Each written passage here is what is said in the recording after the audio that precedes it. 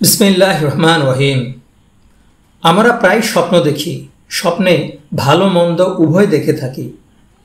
ভালো স্বপ্ন দেখলে খুশি হই, আবার খারাপ স্বপ্ন দেখলে দুশ্চিন্তায় পড়ে যাই। বেশিরভাগ মানুষের ক্ষেত্রেই এমনটি হয়। তবে মারাত্মক একটা ভুল কাজ করি, তা হচ্ছে স্বপ্নের কথা প্রিয়জনের সাথে শেয়ার করি, যা মোটেও করা উচিত নয়।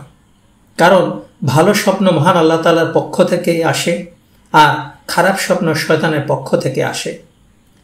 বিশ্বনবী বলেন, তোমরা যখন এমন কোনো স্বপ্ন দেখো যা পছন্দনীয়, সেটা আল্লাহর পক্ষ থেকে আসে, তখন তোমরা আল্লাহর প্রশংসা করো এবং পরিবার, আত্মীয় স্বজন, বন্ধু বান্ধব সবার সাথে তা বর্ণনা করো।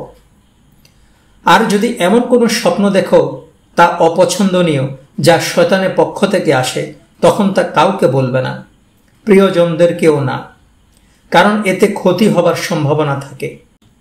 বিশ্বনবী বিছানে যাওয়ার পূর্বে নামাজের ন্যায় ওযু করতেন। তারপর ডান কাতে শুয়ে বলতেন, আল্লাহুম্মা বিসমিকা আমুতু ওয়া আহইয়া। হে আল্লাহ, আপনারই নামে আমি মরছি এবং জীবিত হচ্ছি। এরপর আয়াতুল কুরসি পড়তেন, সূরা ফালাক ও সূরা নাস পড়তেন এবং যতক্ষণ ঘুম না আসতো দোয়া পড়তে থাকতেন। দোয়া পড়ে ঘুমালে শয়তান কোনো ক্ষতি করতে পারে না এবং শয়তান সে ব্যক্তিকে খারাপ স্বপ্ন দেখাতে পারে না। সেজন্য আমাদের রাতে শোয়ার পূর্বে ওযু করে দোয়া, দরুদ, ইস্তেগফার বেশি বেশি পড়া উচিত। স্বপ্নে যদি মৃত ব্যক্তি কিছু দিতে চায়, অর্থাৎ খাবার দিতে চায় এবং তিনি তা গ্রহণ করলেন, তাহলে এটা ভালো স্বপ্ন। সে ব্যক্তির আয় বরকত বাড়বে। সে ব্যক্তিকে হালাল উপার্জন ও হালাল খাবার গ্রহণ করার জন্য পরামর্শ দেয়া হচ্ছে।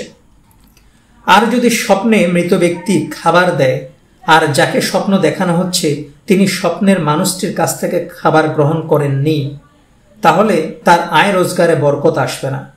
তিনি কোনো ভালো কাজ করলেও আল্লাহ তার প্রতিদান দিবেন না এবং তার কোনো দোয়া কবুলও হবে না। এই ব্যক্তিটি সুদ, ঘুষ সহ হারাম উপার্জনের সাথে জড়িত। এই ব্যক্তি মৃত্যুর সময় ক্ষুধার্ত অবস্থায় ও পিপাসার্ত অবস্থায় মৃত্যুবরণ করবে।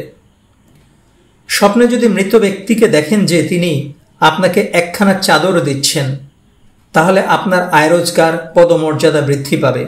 চাকরিজীবী হলে প্রমোশন হবে, ব্যবসায়ী হলে ব্যবসায়ের প্রসার ঘটবে।